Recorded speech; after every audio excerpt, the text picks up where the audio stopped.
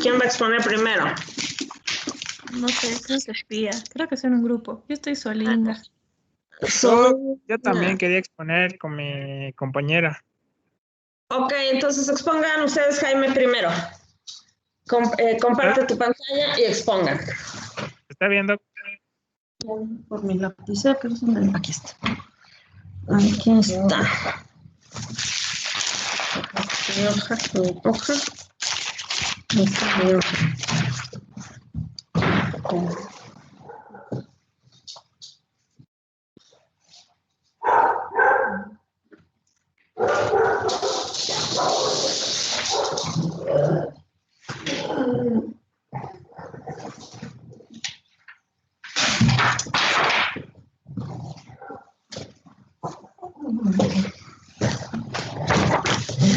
I am waiting.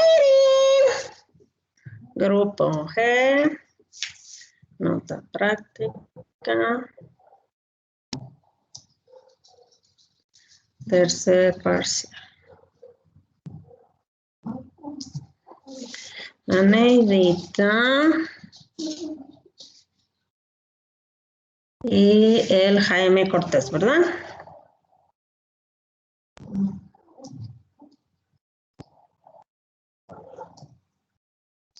Doc, ¿se puede ver en mi pantalla?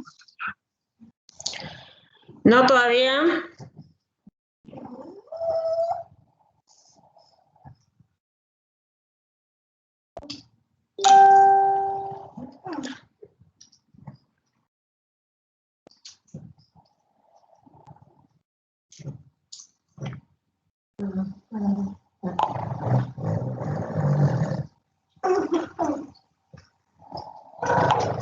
Ahora sí ya se está queriendo compartir.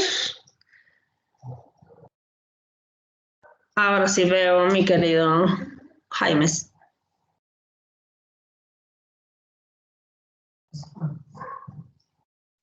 Doc, ¿se ve? Sí, estoy viendo.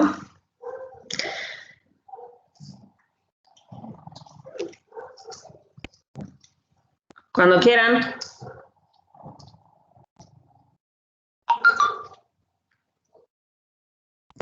Doc, yo no lo puedo ver en mi pantalla. Bueno, ya. ¿Me escucha, doctora? Sí, sí, sí, te escucho. Ya. Buenas tardes, doctorita. Buenas tardes, compañeros. O buenas noches. Nosotros vamos a exponer el artículo de trombosis y trombocitopenia después de la vacuna, de la vacunación con Chadox, con mi compañera Neida Belén. Este es un reporte breve de hallazgos en 5 pacientes que presentaron trombosis venosa y trombocitopenia de 7 a 10 días después de recibir la primera dosis de la vacuna del Chadox.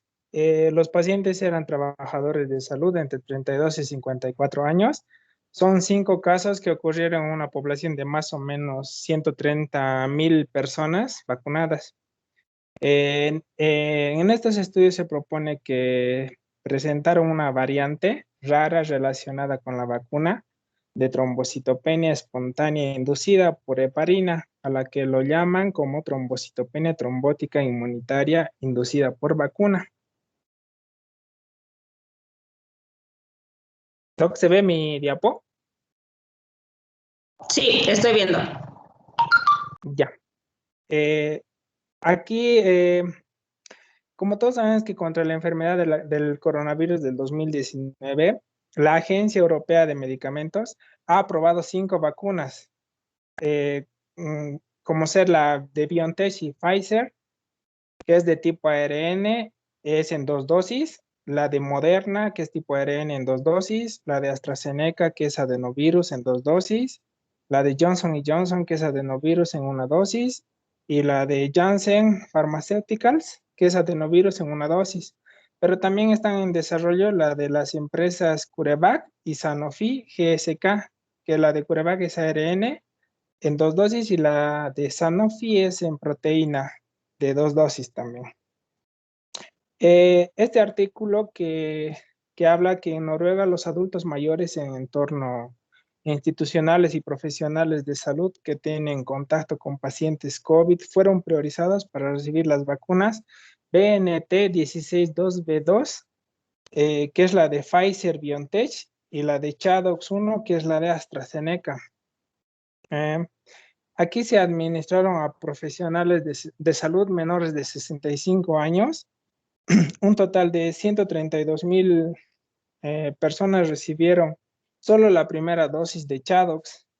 Y dentro de los 10 días después de recibir la vacuna del ChAdOx, 5 trabajadores de salud entre 32 a 54 años presentaron trombosis en sitios inusuales y trombocitopenia severa, y 4 pacientes presentaron hemorragia cerebral importante. Doc, ¿se ve mi diapo? Sí, estoy viendo. Ya. Este es el paciente 1, del que estábamos hablando de los 5 tipos de pacientes. Aquí podemos ver los reportes de los casos de los pacientes ingresados en el Hospital Universitario de Oslo. La paciente 1 era una mujer de 37 años con dolores de cabeza que se desarrollaron una semana después de la vacunación con ChAdOx. En la presentación de servicio de urgencias al día siguiente, la paciente tenía fiebre y dolores de cabeza persistentes.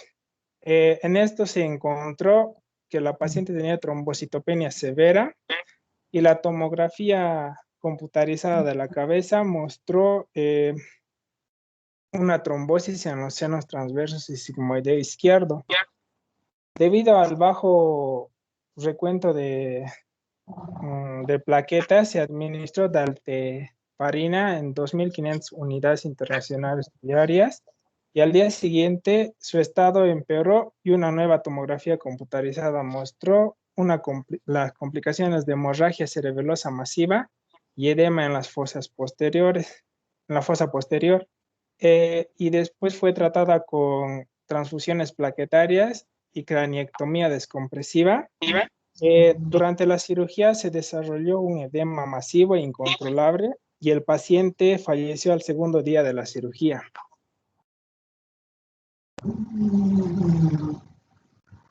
Aquí tenemos al paciente 2. ¿Se puede ver, Doc? Sí. El paciente número 2 era una mujer de 42 años que tenía dolores de cabeza una semana después de la vacunación con ChAdOx. Su condición empeoró rápidamente y se presentó con conciencia reducida 3 días después de presentarse al departamento de emergencias. Y su recuento de plaquetas fue de 14,000 por milímetro cúbico. Su actividad de Adams 13 fue normal. Por si se preguntan qué es el Adams 13, es una enzima plasmática. Es una proteasa plasmática que divide el factor de von Willebrand en fragmentos más pequeños, por lo tanto elimina los multímeros del factor von Willebrand, unos usualmente grandes, que de otro modo se acumularían en las células endoteliales, donde pueden causar trombos plaquetarios. Después también mostraron la venografía por TAC, reveló que tenía trombosis venosa con oclusión de los senos transversos y sigmoideos, infarto hemorrágico en el hemisferio izquierdo. Después se realizó una hemicraniectomía y se inició el tratamiento con dalteparina, dosis de 2.500 unidades internacionales diarias, y recibió múltiples transfusiones plaquetarias, y en el día 8 se administró metilprednisolona, inmunoglobulina intravenosa, y el recuento de plaquetas en este momento, bueno, a partir de este momento empezó a subir del paciente. Tenemos a la paciente número 3. Eso era un hombre de 32 años que acudió al servicio de urgencias con dolor de espalda 7 días después de la vacunación con ChAdOx. El paciente sin condiciones preexistentes más que el asma, que tenía asma, no se observaron signos clínicos de hemorragia y los análisis de sangre mostraron trombocitopenia aislada grave. La tomografía computarizada toracoabdominal mostró trombosis de ramas de la vena porta con oclusión de la vena porta intrahepática izquierda y la vena hepática izquierda. Además, se observó que tenía trombosis en la vena esplénica, en la vena sigos y en la vena hemiasigos.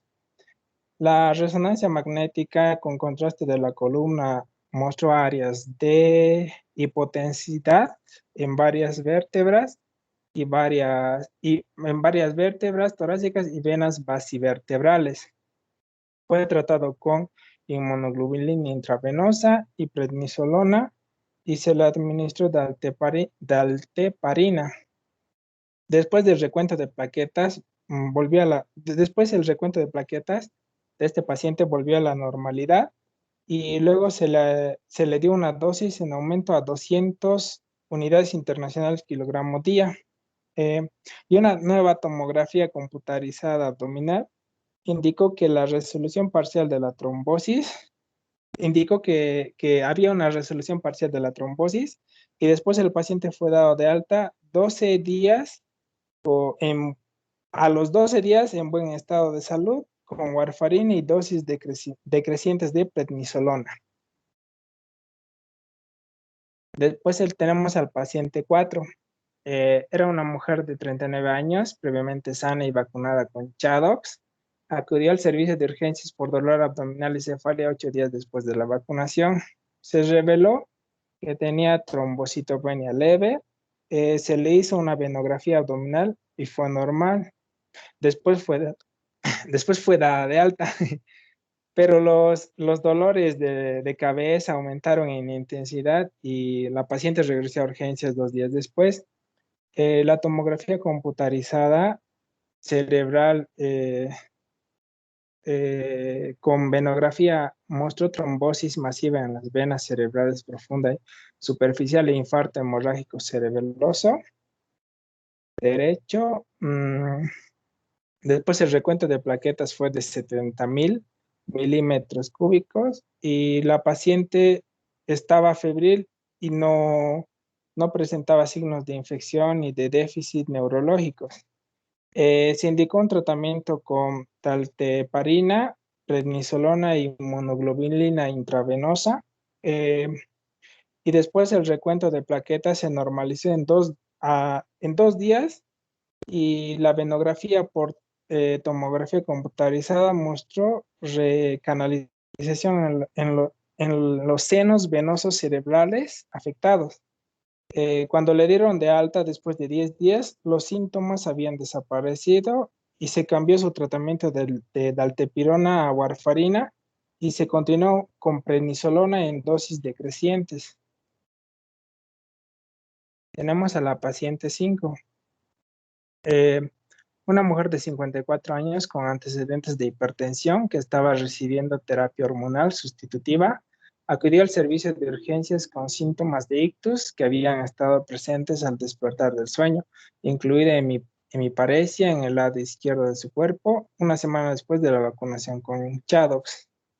El recuento de plaquetas fue de 19,000 y la TC de la tomografía de cabeza mostró hemorragia frontal derecha y recibió un tratamiento, una transfusión de plaquetas. Se indicó un tratamiento con metilprednisolona e inmunoglobulina intravenosa y una nueva tomografía computarizada con venografía mostró trombosis masiva de la vena cerebral con edema global, crecimiento de hematoma. Se le hizo la recanalización venosa y se logró que en 4 horas después del ingreso mediante la intervención endovascular con trombectomía, creo, ¿no? Luego de la administración de 5,000 unidades internacionales de heparina no fraccionada, durante el procedimiento se observó la pupila derecha completamente dilatada y se realizó inmediatamente una hemicraniectomía descompresiva. 2 días después se suspendió el tratamiento debido a un aumento un aumento incontrolable de la presión intracraneal. Y, y en este cuadrito de aquí, que a la derecha vemos, se puede observar la respuesta al recuento de plaquetas de cada paciente, del paciente 1, del 2, y del paciente 2, del 3 y del 4. Se ve que ha tenido una recuperación en el recuento de plaquetas.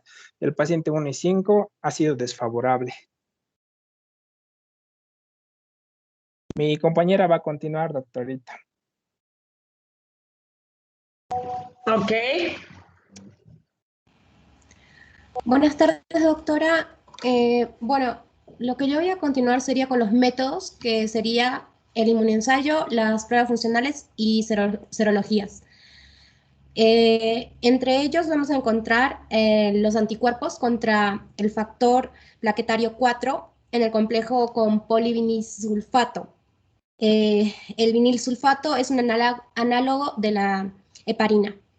En el suero del paciente se analizaron con un ensayo inmunoabsorbente ligado a enzimas ELISA, LIFEDES del factor 4, inmunoglobulina G, incluido con la prueba de inhibición confirmatoria con heparina en alta concentración.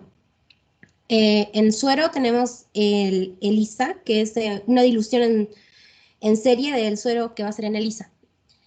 Una prueba funcional con el uso de agregometría de electrodos múltiples inducida por heparina en un analizador multiplate. Eso es una prueba de función plaquetaria en sangre total.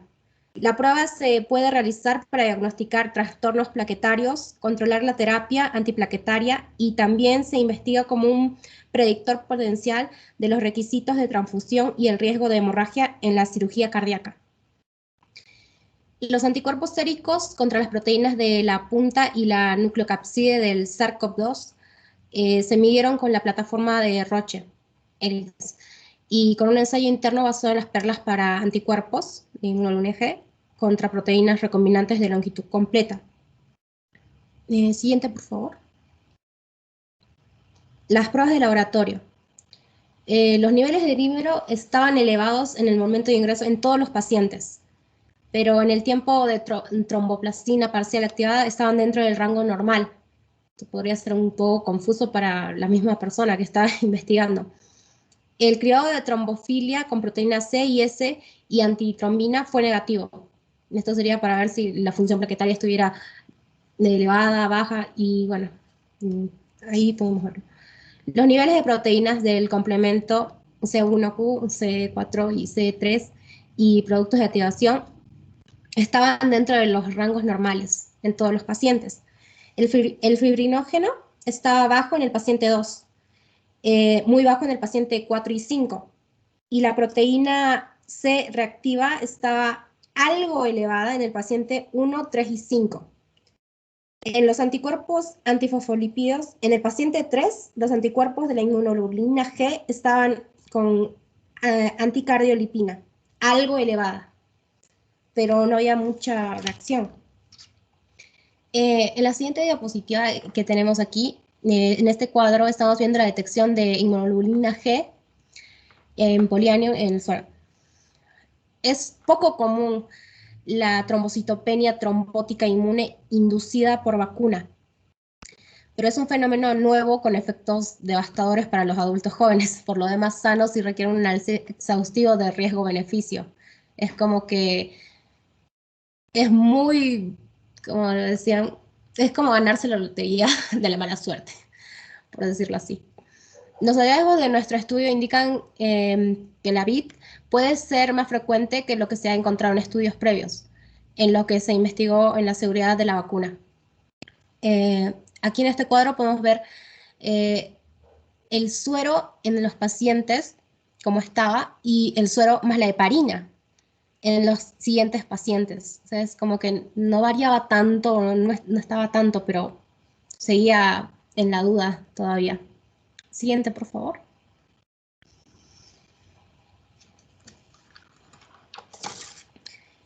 En las pruebas inmunológicas plaquetarias, los 5 pacientes tenían niveles altos de anticuerpos inmunoglobulina G contra los complejos del factor plaquetario de 4, poliáneo.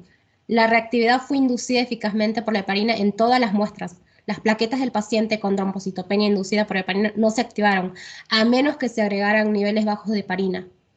Y la agregación plaquetaria se redujo de manera eficiente por los niveles altos de heparina. Pero también podemos agregar que las plaquetas en el suero del paciente 1, 3, 4 y 5 se activaron claramente en ausencia de heparina añadida. O sea, la agregación plaquetaria se inhibió con heparina, pero variaba en cada paciente. Siguiente, por favor. En las pruebas serológicas de COVID, los 5 pacientes fueron negativos para los anticuerpos contra la proteína de la nucleocapsida del SARS-CoV-2. Por lo tanto, la infección previa con SARS-CoV-2 era muy poco probable. Pero los niveles en contra de la proteína de pico variaron con el ensayo. Esto se detectó en los 5 pacientes. Lo más probable es que la variación refleje el hecho de que la respuesta de la vacuna antipicos se encontraba en una fase temprana de la vacuna. Siguiente, por favor. Y como conclusión, llegamos que un denominador común en los 5 pacientes fue un alto nivel de anticuerpos contra los complejos de factor plaquetario 4 poliáneo. Por lo tanto, se propone que estos casos representarían una variante relacionada con la vacuna de trombocitopenia espontánea inducida por heparina, a la que nos referimos como trombocitopenia trombótica inmune inducida por la vacuna. No se ha determinado si el suero de nuestros pacientes contenía anticuerpos que se unieran al factor 4 solo. Es poco común. La verdad, es un fenómeno nuevo con efectos devastadores para los adultos jóvenes, por lo demás sanos, y requiere un análisis exhaustivo de riesgo. Los hallazgos del estudio indicaron que la vid puede ser más frecuente que lo que se ha encontrado en estudios previos, en lo que se investigó de la seguridad de la vacuna ChAdOx-CoV. En los 5 casos teníamos tromboembolismo venoso severo, trombocitopenia concomitante. Eso fue de 7 a 10 días después de la vacuna. Casi todos los adultos sanos tienen un reservorio de células B específico para los complejos del factor 4 de heparina. La producción de anticuerpos puede ser similar a la trombocitopenia inducida por heparina por parte de las células B. Se puede mantener un bajo control mediante mecanismos de regulación inmunitaria. Incluso se podía ver que la trombocitopenia y más el sistema inmune podría dar este síndrome. Después podríamos ver que puede ocurrir, solamente puede ocurrir después de la vacunación. También se vio que los anticuerpos, tras el inicio del tratamiento tras el tratamiento de anticoagulación con heparina de bajo peso molecular, iba a variar. Los recuentos de plaquetas iban a elevarse después de iniciar el tratamiento con inmunoglobulina intravenosa y prednisolona. Esto fue una pregunta a los médicos. ¿Qué anticoagulante voy a utilizar? Entonces, optaron por el fondaparinux, que es de una vida media, es más prolongada que la heparina de bajo peso molecular. Esta se va a disponer de una estrategia de reversión que fue documentada para los inhibidores del factor 10A. Es mejor que la inmunoglobulina intravenosa. Y la heparina de bajo peso molecular va a agravar, puede ser también que pueda agravar la hemorragia intracerebral en curso. Eso sería, doctora. Ok, sí, a mí me faltan muchos tacos al pastor. Muchos tacos al pastor. Ok, muchas gracias. Amigui, te toca, Amigui. Ay, ya, Doc, ahora comparto mi pantalla.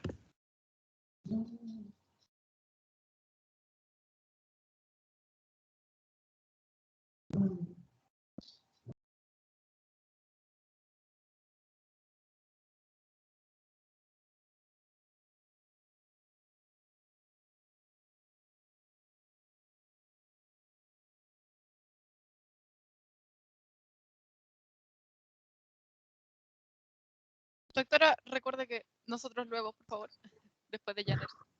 Ok, Pia, recuerdo. ¿Quién más está contigo, Pia? Ya. Chris Zavala y Giovanni Sanabria.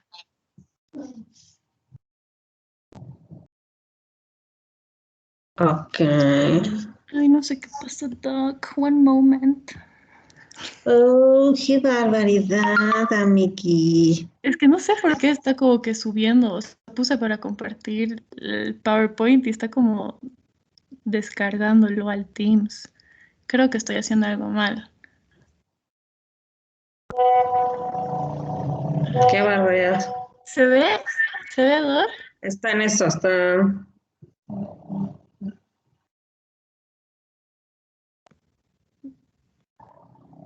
Ya estoy viendo. Ya. Bueno, buenas tardes, Doc. Buenas tardes, compañeros. Yo voy a hablar sobre el artículo del papel de la mejora dependiente de anticuerpos o ADE en la virulencia del SARS-CoV-2 y las estrategias para el desarrollo de vacunas y también inmunoterapias para contrarrestar el COVID. Ya. Bueno, para comprender la importancia de la ADE y para poder correlacionarlo con el desarrollo de la vacuna para el COVID, pensé que primeramente debemos comprender qué es la mejora dependiente de anticuerpos o ADE, que es por las siglas en inglés del Antibody Dependent Enhancement, y cómo este se llega a desarrollar. Entonces decidí desglosar el artículo en estas 5 partes, comenzando con la definición del ADE y también decidí indagar un poquito en los mecanismos de desarrollo del mismo, que vamos a ver que pueden ser 2, y además cuál de esos 2 es el que se relaciona o el que piensan que podría implicarse en el COVID. Luego, el artículo también menciona datos que se obtuvieron con respecto al ADE en el SARS-CoV y también con el MERS-CoV para generar una pequeña hipótesis de qué es lo que podría suceder con el SARS-CoV-2. Y por último, vamos a recapitular lo que ya sabemos hasta el momento y también consideraciones que tenemos que tomar en cuenta para el desarrollo de las vacunas. Y bueno, la ADE es algo que al comienzo de todo el proceso de desarrollar una vacuna para el COVID era bastante importante, era una consideración que tenían muy presente y todas las pruebas y los intentos que se han hecho para el desarrollo de las vacunas estaban diseñadas para ver si es que habría o no un problema con respecto a la ADE. Y bueno, obviamente es importante recalcar que todas las vacunas que ya están aprobadas hasta la fecha no presentan ningún problema con el ADE.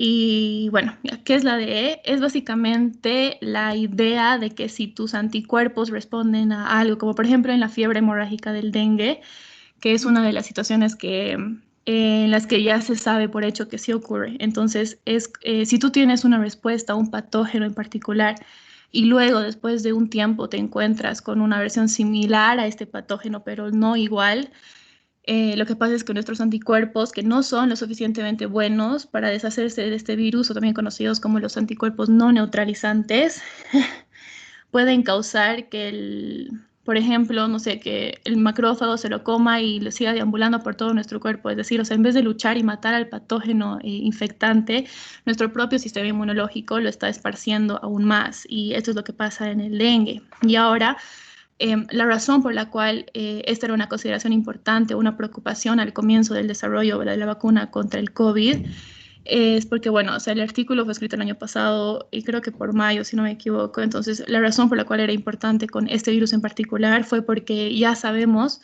qué pasa con algunos coronavirus en animales, como por ejemplo, el artículo menciona la FIPV, que es la peritonitis infecciosa felina. Entonces, voy a cambiar. El artículo nos brinda este ejemplo con lo que ocurrió en 1980 con este virus, que es un alfa coronavirus y ataca a gatos domésticos y salvajes. Entonces se vio que los gatos con anticuerpos maternos o los gatos que recibieron una vacuna contra este virus, se vio que estos creo que no pueden ver mi mouse, pero bueno, el AMAB, que son los anticuerpos no neutralizantes, o los que estaban diluidos contra la proteína pico S, mostraron un aumento de la infección, mientras que el tratamiento con los anticuerpos monoclonales con proteína A previno el aumento de condiciones in vitro. Entonces, esto significaría que los anticuerpos contra la proteína S tienen un papel en el desarrollo de ADE con este virus. Ya. Siguiente.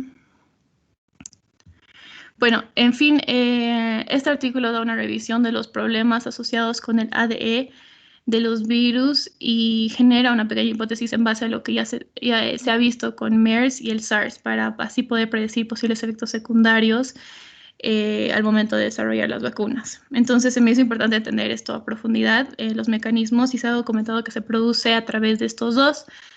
Aquí en la imagen se puede mostrar un poco mejor. El primero, que es para los virus macrófagotrópicos, como son el virus del dengue o el virus de la peritonitis infecciosa felina, del que acabo de hablar.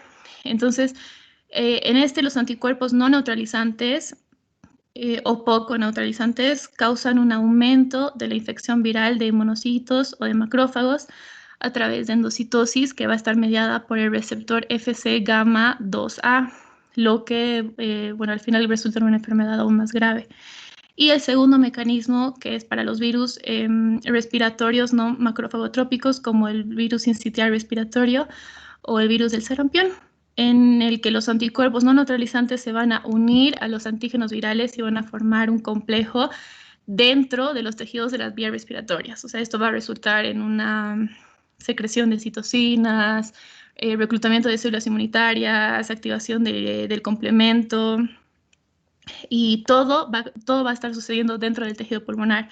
O sea, esto obviamente va a causar un estado de inflamación que va a poder obstruir las vías respiratorias, y posteriormente, si es que esto llega a agravarse, puede causar un síndrome de dificultad respiratoria aguda. Entonces, sí es importante destacar que no se ha demostrado que el SARS-CoV-2 infecta a los macrófagos. Entonces, según los datos que tenemos disponibles, sugieren que el mecanismo más relevante o el que se liga al COVID-19 es el segundo, que es la formación de inmunocomplejos antígeno-anticuerpo, que va a conducir a una activación exagerada de la cascada inmunológica en el tejido pulmonar.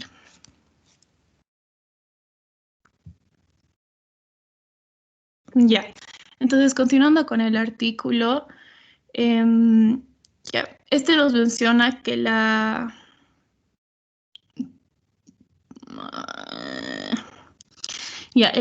en SARS-CoV-2, bueno, no importa. El SARS-CoV-2 va a utilizar la enzima convertidora de angiotensina 2 como receptor para entrar a nuestras células y, bueno, causar los problemas respiratorios que ya conocemos.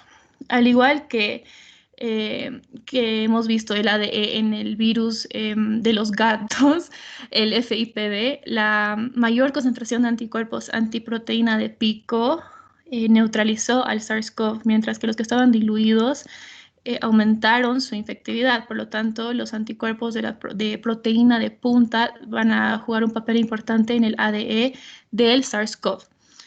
De todas maneras, el artículo igual advierte sobre el uso de los anticuerpos monoclonales como agente terapéutico para el tratamiento del COVID, porque se descubrió que los anticuerpos monoclonales contra los epítopos en el dominio de unión al receptor en la proteína pico del virus, del SARS-CoV, son protectores, pero los que se dirigen a otros epítopos pueden llegar a desarrollar ADE.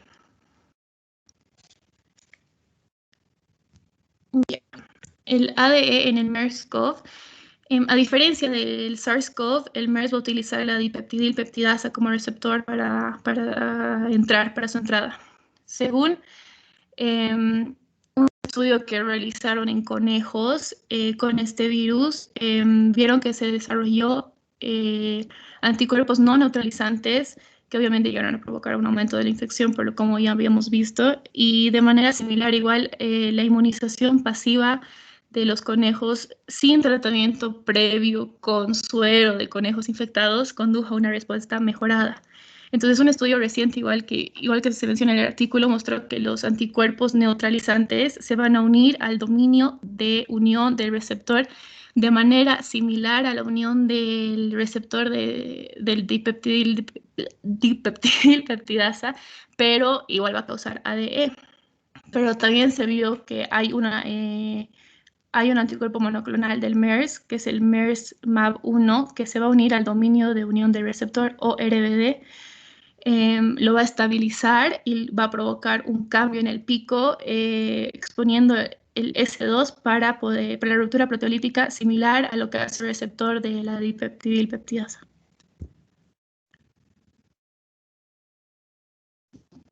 Ya.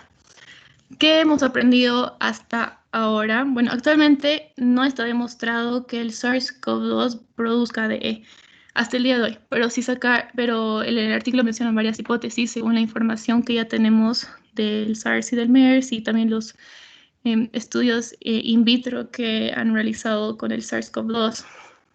Primero, sabemos que la capacidad del anticuerpo para neutralizar al virus es importante en la producción del ADE, porque pues, si es que no hay una respuesta correcta, se puede llegar a producir ADE. Los anticuerpos que se unen más fácilmente al dominio de unión del receptor o la RBD de la proteína S del SARS-CoV pueden prevenir la unión del virus y por ende evitar la entrada del virus. También uno de los hallazgos más recientes se vio que la respuesta de las IgG contra la proteína de la nucleocápside de los pacientes con COVID, en lugar de eliminar, tuvieron un retraso en la eliminación del virus y como contraparte aumentó la gravedad de la infección. Y por el otro lado, se vio que los pacientes con una respuesta de anticuerpos más débil a la proteína de la nucleocápside tenían una eliminación más rápida y eficaz del SARS-CoV-2. Entonces, en resumen, los anticuerpos contra la proteína de la nucleocápside están descartados. Lo segundo es que los virus unidos a la IgG pueden ser absorbidos por células inmunes como los monocitos, los macrófagos, células B, que poseen receptores Fc. O sea, esta absorción va a aumentar la carga del virus en lugar de eliminarlo y pues va a resultar el ADE. Y como había explicado anteriormente, la ADE va a estar mediada puede estar mediada por el receptor Fc gamma 2A y principalmente por la CD32. Entonces, el CD32A se va a expresar en macrófagos alveolares y una vez que la IgG, el complejo que se forma con la IgG y el virus interactúa con este receptor, va a haber una liberación de citocinas, lo que va a llevar a una segunda hipótesis que es que la infección por COVID relacionada con la edad puede estar relacionada también con la presencia de una mayor cantidad de PCR en adultos que en niños, ya que el CD32A también es receptor para la proteína C reactiva. Y lo último es que la ADE en el caso del SARS-CoV-2 puede ocurrir debido al cebado coronavirus, o sea, lo que esto va a llevar a un desarrollo de anticuerpos no neutralizantes o poco neutralizantes. Y para esto compararon el SARS-CoV-2 con otros coronavirus para ver qué tan similares son entre sí y se ha demostrado que un 79% que tiene un 79% de similitud con el SARS-CoV y un 50% con el MERS y un 87,99% con una cepa de coronavirus que tiene origen en murciélagos. Entonces, según estas similitudes que han visto, concluyeron que podría haber epítopos de reacción cruzada entre los COVIDs. O sea, mencionan que las proteínas que son específicas que coinciden entre un coronavirus y otro. El artículo menciona estas proteínas que son similares y esto es lo que toman en cuenta para el desarrollo de las vacunas. O sea, por ejemplo, en el SARS-CoV-2 comparte un 72% de similitud con los epítopos de 447 al 458 y un 100% del 789 al 799 del SARS-CoV-2. Eso sorprende. Los epítopos que no sean similares pueden estar involucrados en el desarrollo de ADE. Ya. Y bueno, esta es una figura que describe más que todo el papel de los anticuerpos neutralizantes y no neutralizantes en el desarrollo del ADN en el SARS-CoV-2. Bueno, en la primera se puede ver la proteína de pico del COVID que se va a unir al receptor de la angiotensina y se replica. Y luego el ACE, que es el receptor, se va a unir al receptor en la proteína de pico y los anticuerpos igual se unen, pero al RBM, al sitio de unión. Y luego en la segunda imagen vemos que los anticuerpos neutralizantes, están neutralizando el virus, versus los que no son neutralizantes, que en lugar de neutralizar el virus, pues potencian la infección. Y en la última imagen se ilustra el mecanismo del ADE en el SARS-CoV-2, que es el complejo, como les dije, el complejo virus anticuerpo que se va a unir al receptor Fc gamma en las células de superficie, como los monocitos o los macrófagos, lo que va a llegar a la entrada del virus sin uso de ningún tipo de receptor. O sea, esto va a llevar a una mayor replicación y liberación del virus, además de a un estado de inflamación excesiva. Bueno, consideraciones para el desarrollo de las vacunas. En base a todo lo que se vio en el artículo, se pueden utilizar diferentes enfoques para evitar el problema de la ADE y poder crear una vacuna que sea lo más eficaz y segura posible. Un enfoque del que hablan es desarrollar una vacuna o un agente inmunoterapéutico que se dirija solo a los epítopos neutralizantes y así poder producir una mejor respuesta y además evitar la activación de los no neutralizantes que podrían empeorar la infección. A esto se le llama inmunofocalización y se dirige solo al epítopo en el RBD para así producir anticuerpos neutralizantes contra el SARS-CoV-2. Sin embargo, igual mencionan un punto en contra y es que los epítopos identificados desprovistos del ADE pueden no ser inmunogénicos, o sea, por lo tanto puede fallar al momento de proteger contra la infección del COVID. Se vio también que las vacunas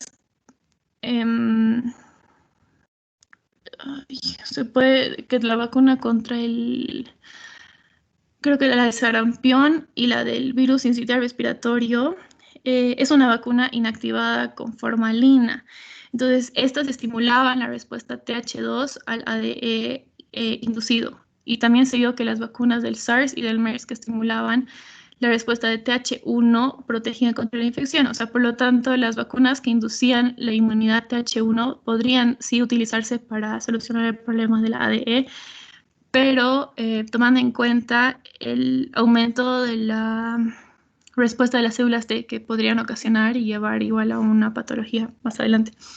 Y otra opción que mencionan es la ingeniería de anticuerpos para prevenir la interacción con el receptor Fc gamma en las células inmunitarias. O sea, como les había mencionado antes, este es el receptor del segundo mecanismo del ADE. Entonces, al bloquear la interacción de anticuerpos con esta región de Fc, podemos deshacernos del ADE. Y otro enfoque era usar nanocuerpos o anticuerpos con un solo dominio en lugar de dos. O sea, dicen que esto tendría varias ventajas, ya que estos nanocuerpos se podrían sintetizar con mayor facilidad. También tienen una mayor afinidad, penetran mejor al tejido y por ende alcanza el sitio con mayor facilidad, ya que es más pequeño y flexible. Y obviamente ya no tendría el dominio FC, entonces se descartaría completamente la posibilidad del ADE. pero un punto en contra es que debido a la falta de este receptor, la vida media de los anticuerpos se reduciría y requeriríamos más de una dosis. Y eso es todo. Gracias. Oye, amigue, has estudiado. Muy bien, bravo, bravo, bravo. Excelente, amigui. Muy bien. Me encantó, muy bien. Thank you, amigui. Ok. Bueno, Pía, Cristian y Giovanna, ¿era? ¿Sí, no? Sí, doctora. Sí, doc. Adelante, chicos. Aparentemente calzamos con el mismo artículo, así que vamos a tratar de, no sé si aportar, acoplar a lo que dice. Ok, excelente. Ya, bueno, doctora, primeramente buenas noches, doctora, buenas noches, compañeros. El artículo que escogimos es el de 2 riesgos diferentes de mejora dependiente de anticuerpos o ADE para los anticuerpos del SARS-CoV-2. Bueno, en la introducción, según el artículo, el SARS-CoV-2 es un beta-coronavirus no clasificado. El genoma del SARS-CoV-2 se codifica por proteínas replicadas, proteínas estructurales y proteínas accesorias. Al igual que el SARS-CoV-19, se manifiesta como un virus zoonótico virulento en humanos, con actualmente 101.211.750 casos globalmente y 2.183.169 muertes hasta la fecha de lo que es el artículo que se publicó el 28 de enero del 2021. Después, los detalles de las manifestaciones del SARS-CoV-2 y la progresión de la enfermedad aún se están elaborando, o sea, que no se tienen exactamente. Un paso propuesto en la progresión de la enfermedad del COVID-19 implica lo que es la unión de la proteína de la nucleocápside al promotor de la prostaglandina en endoperóxido sintasa 2, ciclooxigenasa 2, y la regulación positiva de la expresión.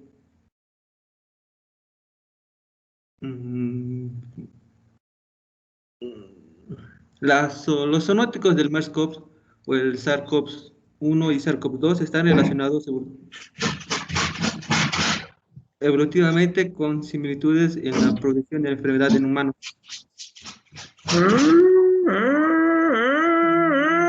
¿Qué estás haciendo, Cristian? No has leído. No has leído, no has estudiado. ¿Cuál es el artículo? Sí, pero estás así. Última chance. El siguiente, por favor. Bueno, los métodos según el artículo que, como está en mi diapositiva, se buscó lo que es la secuencia de proteínas del pico del SARS-CoV-2, de la entrada del Guillain-Barré. Se crearon alineaciones de secuencias múltiples de proteínas y de resultados de variaciones del amanecer.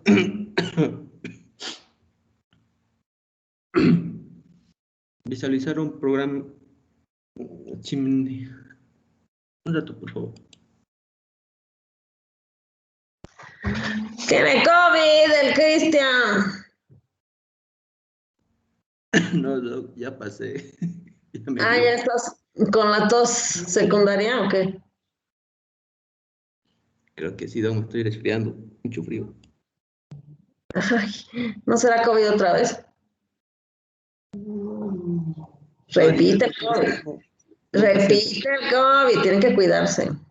Me pasé feo, casi muero. ¿En serio? Sí, mi caso estaba feo. ¿Feo, feo? ¿Cuánto Sí. llegaste a saturar? 36. Ay, ¿en serio? ¿Estabas con oxígeno? No, más bien la doctora estaba ahí. Lo que saturé por 2 días, creo que no va a ser. Qué barbaridad. Ya, bueno. Siguiente, por favor.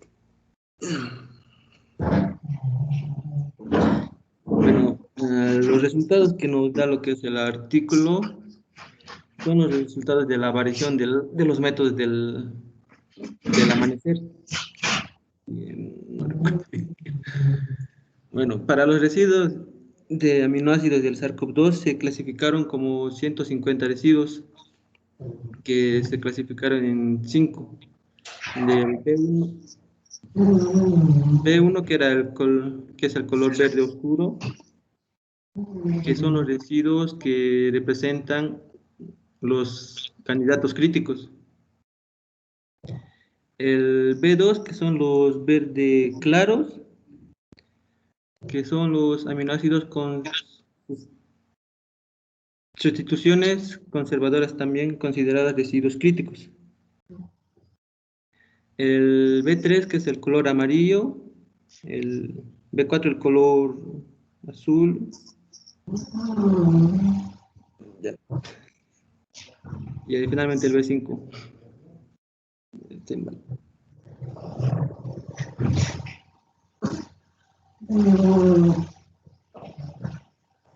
Doc, ¿se me escucha? Sí. Ya. Yo les vengo a hablar de la discusión también. Como decía mi compañero, los resultados de la variación de la proteína Spike, algo así.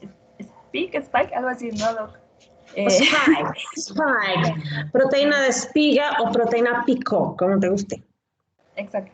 Decía de que naturalmente iba a cambiar de diferentes formas, iba a mutar, pero lo natural era encontrar diferentes como residuos, como decía mi compañero, que iba a tener bastantes residuos, esto que se iban a unir como los como antígenos, o sea, eran los antígenos expuestos. Como decía mi compañero, los residuos verde oscuros, que son los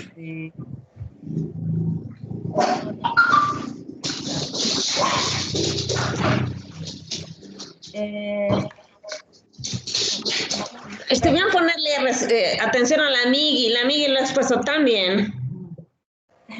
El verde oscuro sería como los residuos críticos, después el verde claro, como podemos ver en esta parte, ¿no? Serían los residuos críticos con sustitución, que son conservadas o variantes con menos de 10 secuencias, se puede decir que ha cambiado.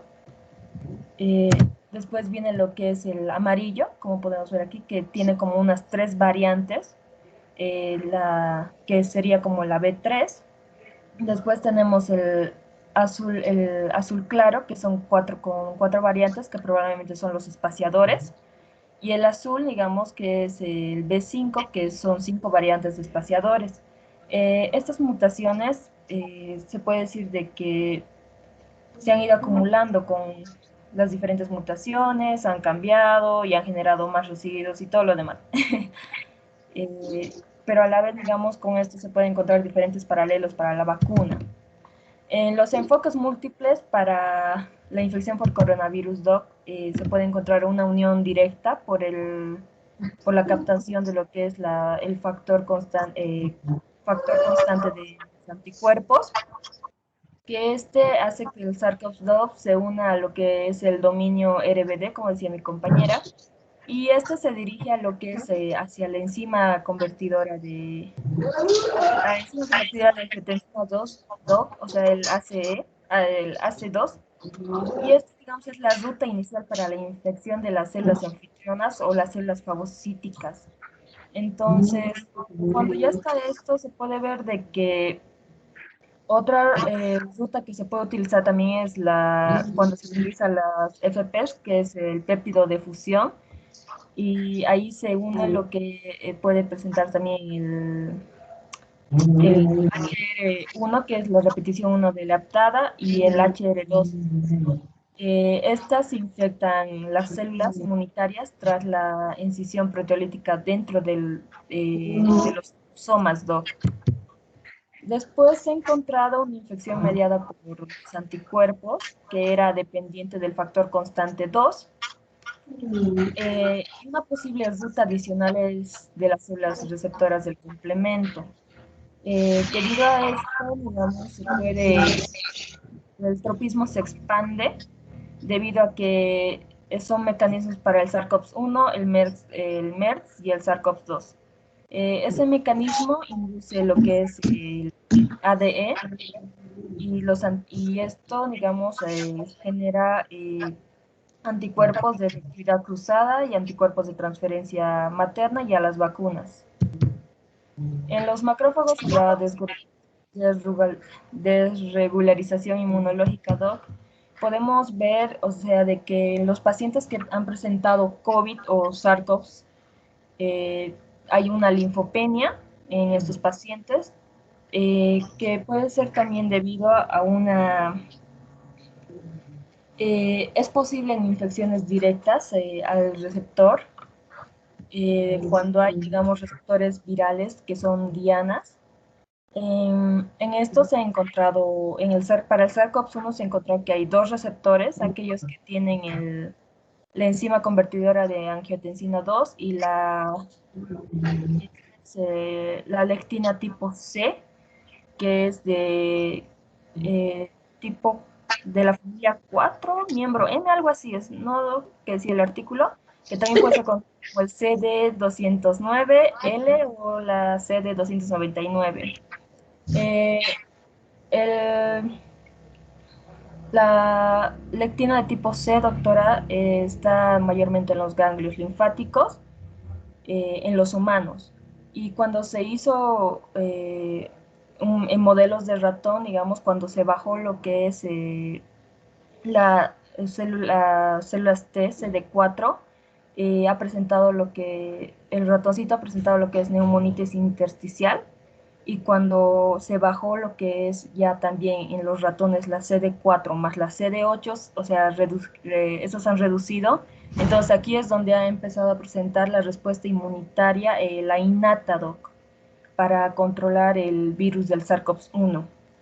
También se ha visto de que se han realizado lo que es en macacos, como podemos ver en la imagen. Y en estos mayormente se ha presentado lesiones pulmonares agudas debido a la IgG de la proteína en espiga. Después se ha visto que el bloqueo de macrófagos activados in vitro por humanos en el factor constante gamma, ERE, ha reducido lo que es la producción de citoquinas. Los macrófagos del CD169 han tenido enzimas convertidoras de angiotensina 2 y estos son susceptibles a la infección por SARS-CoV-2. Los macrófagos tipo 1 y tipo 2 son susceptibles al SARS-CoV-2. Como podemos ver en esta imagen, inicia, digamos, de manera leve desde el 1 hasta el 3. Y digamos, en el número 1 vemos la entrada de las células sanas, que estas ya van pasando lo que son a las células que se infectan, donde se presenta el antígeno.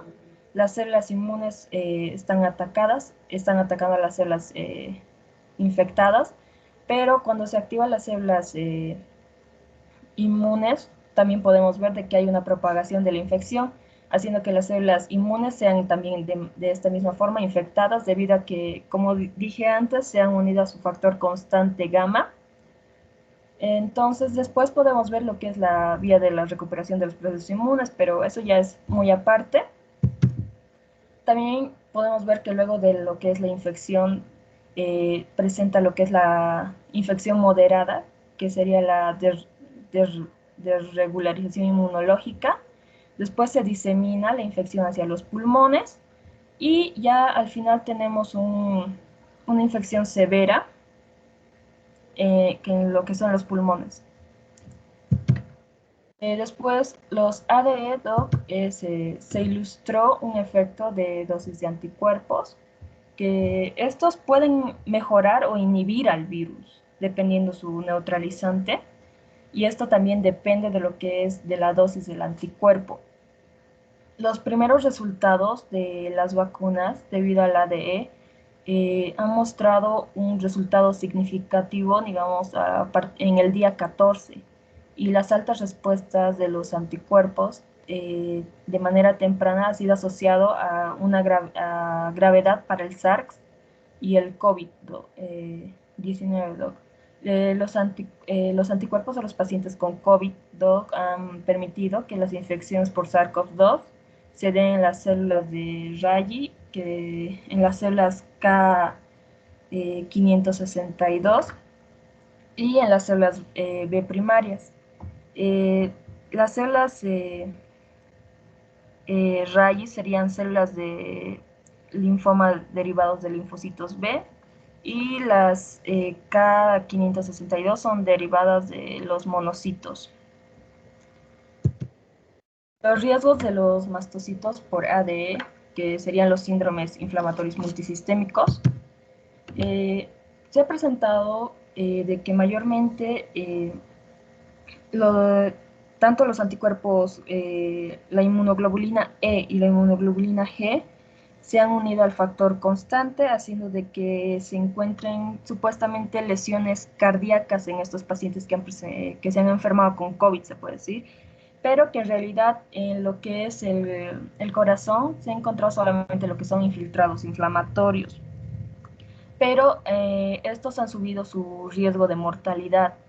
También se ha visto el síndrome multisistémico inflamatorio en lo que son niños, que estos mayormente han presentado lo que es el aumento de heparina. También se ha visto en los recién nacidos, que puede ser debido a que la reacción de la transferencia materna o sea, de la transferencia materna, estos han generado, digamos, de que se eleve lo que es la prostaglandina 2. Entonces esto ha conducido a lo que son a unos mastocitos más activos, se puede decir. Entonces esto impulsa a que los niños generen el aumento de histamina, no solamente en niños, también en adultos. Entonces sería el SARS-CoV-2 más lo que es la TTGS2, que creo que, no me acuerdo muy bien, pero creo que es como un conductor que se genera lo que activa la prostaglandina 2, doc. Entonces ahí es donde se genera mayor mortalidad, y esto es un riesgo que puede generar, digamos, aumenta la histamina, porque decía de que los periocitos estaban contraídos en la parte cardíaca, y podía haber también lo que es la muerte celular por anoxia, doc, o la arteria coronaria. Me toca a mí. Ahí, gracias, deja ahí. Bueno, los riesgos de la vacuna con respecto a la mejora dependiente de anticuerpos. Bueno, primero, las vacunas de virus pueden usar cepas de virus vivos atenuados, vivos inactivados, subunidades proteicas, ARN mensajero o vacunas de ácido desoxirribonucleico. Pero además están los anticuerpos inducidos por vacunas que pueden ser neutralizantes o no neutralizantes, que ya mi amiga, mi compañera ya lo ha mencionado, pero es mejor dar una definición de qué es un anticuerpo neutralizante. Es un anticuerpo que defiende una célula de un patógeno o partícula infecciosa, neutralizando cualquier efecto que tenga biológicamente. La neutralización hace que la partícula ya no sea infecciosa o patógena y son parte de la respuesta humoral. Y los anticuerpos no neutralizantes, o también llamados anticuerpos de unión, se unen específicamente al patógeno, pero no interfieren con su infectividad. Esto podría deberse a que no se unen a la región correcta, o, bueno, los anticuerpos no neutralizantes pueden ser importantes para marcar la partícula de búsqueda de la célula inmune, lo que indica que ha sido dirigida, después de lo cual la partícula es procesada y en consecuencia destruida por las células inmunes reclutadas. Los anticuerpos no neutralizantes pueden contribuir a la actividad antiviral con mecanismos que incluyen citotoxicidad dependiente del complemento, citotoxicidad celular dependiente de anticuerpos y fagocitosis celular dependiente de anticuerpos. Siguiente, por favor. Bueno, además, en el artículo también se menciona la enfermedad potenciada asociada a la vacuna, que no se explica mucho, se menciona simplemente, ocurre cuando un individuo que ha recibido la vacuna desarrolla una presentación más severa de esa enfermedad cuando se expone posteriormente a ese virus, en comparación cuando la infección ocurre sin vacuna previa. Esto supone que el receptor de la vacuna no ha estado previamente expuesto a la enfermedad y es cero negativo en el momento de la inmunización. Principalmente, la enfermedad se ha asociado anteriormente con la infección por el virus del dengue y se observó anteriormente en humanos con la vacuna del virus del completo inactivado contra el virus respiratorio sincitial y el virus del sarampión en la década de 1960. Bueno, siguiendo con el artículo, muchos de los virus asociados con el AD tienen mecanismos de fusión de membrana, por ejemplo, para la influenza A1HN1, los anticuerpos anti-HA2 de reacción cruzada inducidos por la vacuna en un modelo porcino promueve la fusión del virus que causa una enfermedad respiratoria asociada a la vacuna. Esta enfermedad respiratoria asociada a la vacuna es una entidad distinta que se manifestó en los 60 al vacunar, o sea, fue como lo primero registrado de este síndrome o de esta enfermedad. Con un virus respiratorio sincitial, inactivado con formalina. La vacuna de aquellos un antígeno incorrectamente conformado dio lugar a dos fenómenos inmunológicos que se manifestaron con una potenciación de cuadro respiratorio tras contactar con el virus que estaba en el aire, o que estaba ahí en el instante. Uno se debió al relativamente alto cociente de anticuerpos que se unen, pero no neutralizan el virus, lo que provoca en situaciones de alta carga vírica el depósito de complejo inmune y la correspondiente activación del sistema de complemento que contribuyó a la inflamación y a la obstrucción de la vía aérea. El otro fenómeno fue el de la aparición de una inflamación alérgica con respuesta predominantes celulares del tipo Th2, que resultaron en una disfunción aérea y un retraso en el aclaramiento del virus.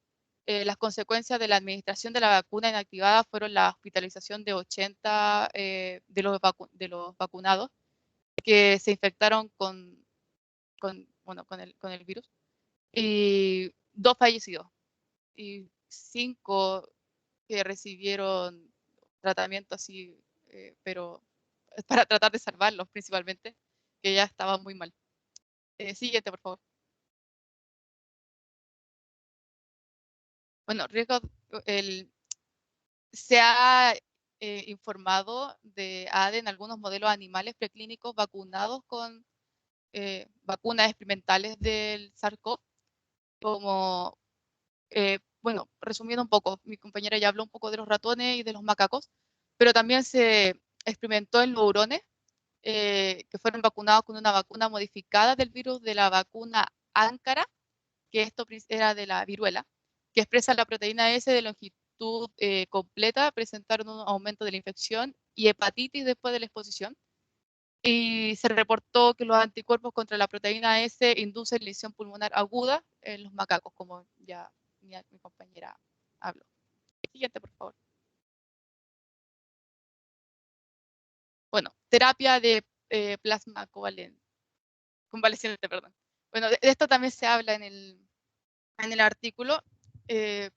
Investigué un poco más con respecto al ensayo que se menciona, pero en sí la terapia con plasma convaleciente toma los anticuerpos de un paciente en recuperación y los proporciona a pacientes con infecciones activas.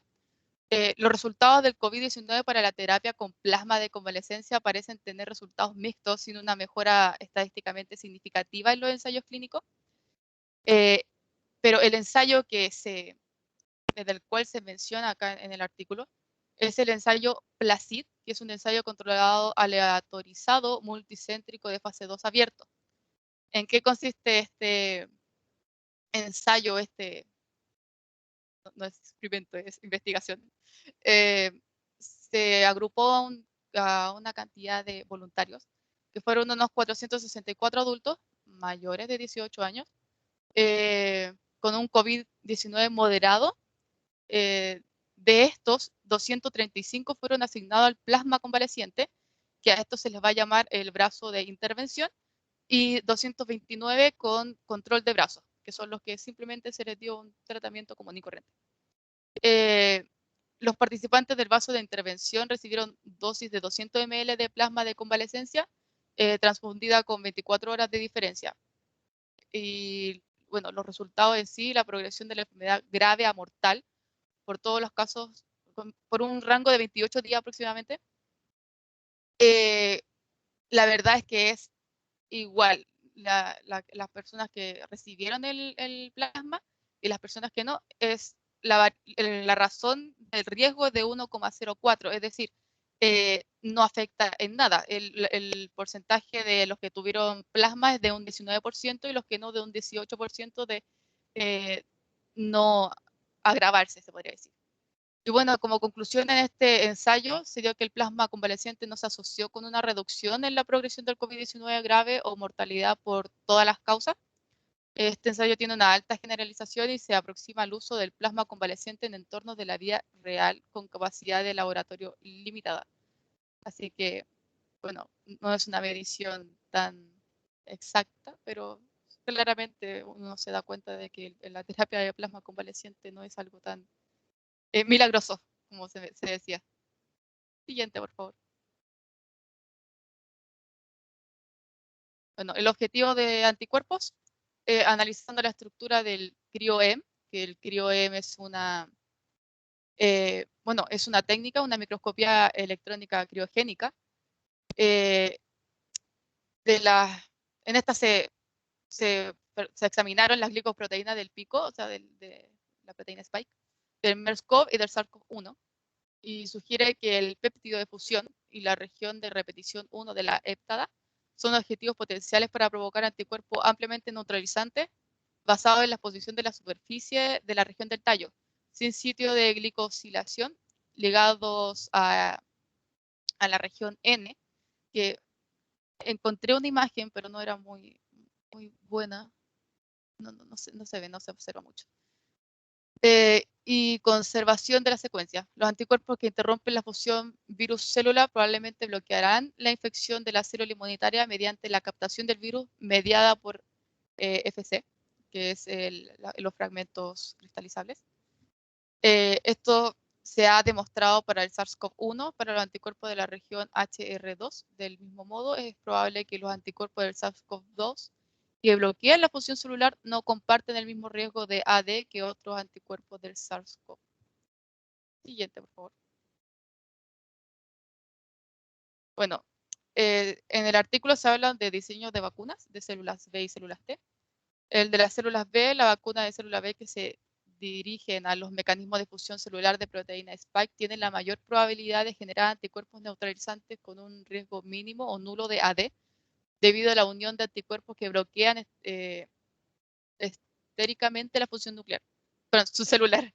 Los anticuerpos que se dirigen a otras porciones de la proteína Spike u otras proteínas expuestas al SARS-CoV-2 pueden permitir la infección de las células inmunes fagocíticas, incluso si son neutralizantes. Y con respecto a las células T, bueno, las vacunas de células T que se dirigen a la proteína replicasa del SARS-CoV-2 tienen el mayor cambio de evitar el escape viral por la variación antigénica y acumulación de mutaciones residuos variables.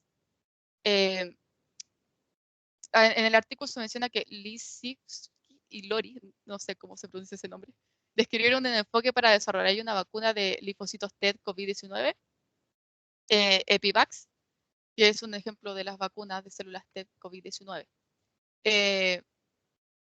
Y bueno, eso. Creo que terminamos. No sé si faltó algo, creo que no. Excelente. Bueno, no tan excelente, pero ahí nomás, está bien. Ok, chicos, muchas gracias. Les acabo de mandar un par de artículos para los que quieran exponer. Uno de ellos habla del tratamiento del COVID y es un artículo largo, entonces fácilmente 4, 5, 6 pueden participar del artículo y vale la pena revisarlo para ver las pautas del tratamiento de COVID. y que en ningún momento hay que usar ni acitromicina, ni levofloxacina, ni ciprofloxacina, ni remdesivir, porque no sirven absolutamente para nada. Así que vale la pena revisarlo. Muchos de ustedes han pasado por COVID o sus familiares y les hacen comprar que remdesivir, que dexametasona, que tocilizumab, que quién sabe cuánto. Y muchos de los medicamentos que les dicen, la verdad es que no sirven para nada y están destruyendo los bolsillos de la gente más el estrés generado, ¿no? Así que vale la pena que vean las opciones reales de tratamiento que se usan en otras partes del mundo y puedan criticar lo que les ha pasado a ustedes, lo que han visto ustedes. Ese es uno de los artículos. Y el otro que les mandé es de estrategias de vacunación, o sea, las vacunas y una revisión general de todas las vacunas. Así que ese artículo también lo pueden exponer los que quieran exponer para su tema, su nota de tercer parcial, ¿de acuerdo? Asegúrense de compartir en el grupo quién va a exponer qué para que no se repitan los temas. ¿Listo? Perfecto, entonces por el día de hoy es todo. Pónganme su bye bye en el chat y nos vemos la próxima semana. Cuídense, pórtense bien, cuídense mucho y cuiden a su familia. Besitos, niños, que Dios nos acompañe y nos mantenga sanitos. Bye bye. Doctorita, una pregunta. Dime. Doc, ¿se puede volver a exponer o es que nosotros ya no vamos a exponer más? Si quieres mejorar tu nota, claro, puedes volver a exponer. Ya, está bien, gracias, Doc. Ok. Hasta luego, Doc. Chao, amigui, muy bien tu exposición. Gracias, Doc. Me ha gustado, me parece súper interesante. Cuando lo entienden, como creo que lo has entendido, se ve más interesante. Cuando lo lees así por encima y ¡ay! Repites como loro, no, pero cuando te das cuenta la idea básica general ahí, entonces te empieza a gustar. Sí, Doc, sí, creo que sí he entendido. Estaba viendo videos en YouTube y todo, así no sé, como, no sé, me ve bien ñoñita me he puesto. Qué bueno, algo has aprendido. ¿Alguna vez, no, Doc? Ya tocaba. Alguna vez, amiga, me parece muy bien.